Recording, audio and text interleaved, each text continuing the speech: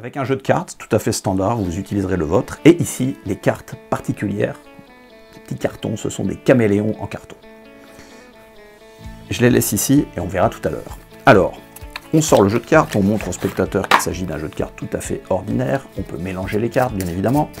Et on donne le jeu de cartes au spectateur. Le spectateur est invité à le prendre et à distribuer les cartes une par une sur la table, mais il n'est pas obligé de les prendre du dessus, il peut les prendre du milieu. On lui explique bien qu'il peut prendre même un peu plus bas, voire même dessous, enfin d'où il veut, comme ceci, il peut même remélanger s'il le souhaite.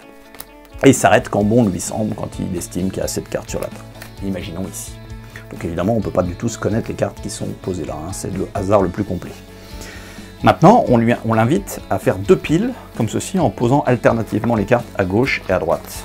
De cette façon, ce qui fait qu'on divise les cartes en deux paquets, et a fortiori, on ne peut pas connaître les cartes qui sont dans ce paquet, et encore moins les cartes qui sont dans ce paquet.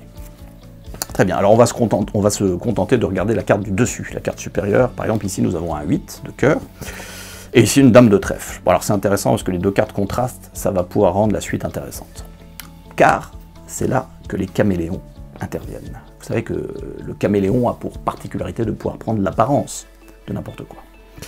D'ailleurs, si je passe au-dessus du 8, comme ceci de cœur, instantanément, on voit que les caméléons prennent l'apparence ici du 8 de cœur. Alors, on voit bien sur les dos, en fait, que ce sont des caméléons. À l'exception de ces trois cartes-là qui restent rouges. Mais, comme ce sont des caméléons, si je prends un dos, par exemple, différent ici, instantanément, ils prennent l'apparence du dos. Un dos bleu, tac, instantanément, ils prennent l'apparence du dos. Si je remets le dos rouge, pas de problème, ils reprennent l'apparence du dos. Mais comme ce sont des caméléons, si maintenant je les place en contact ici, au-dessus de la dame de trèfle, et bien maintenant, c'est l'apparence de la dame de trèfle qui prennent.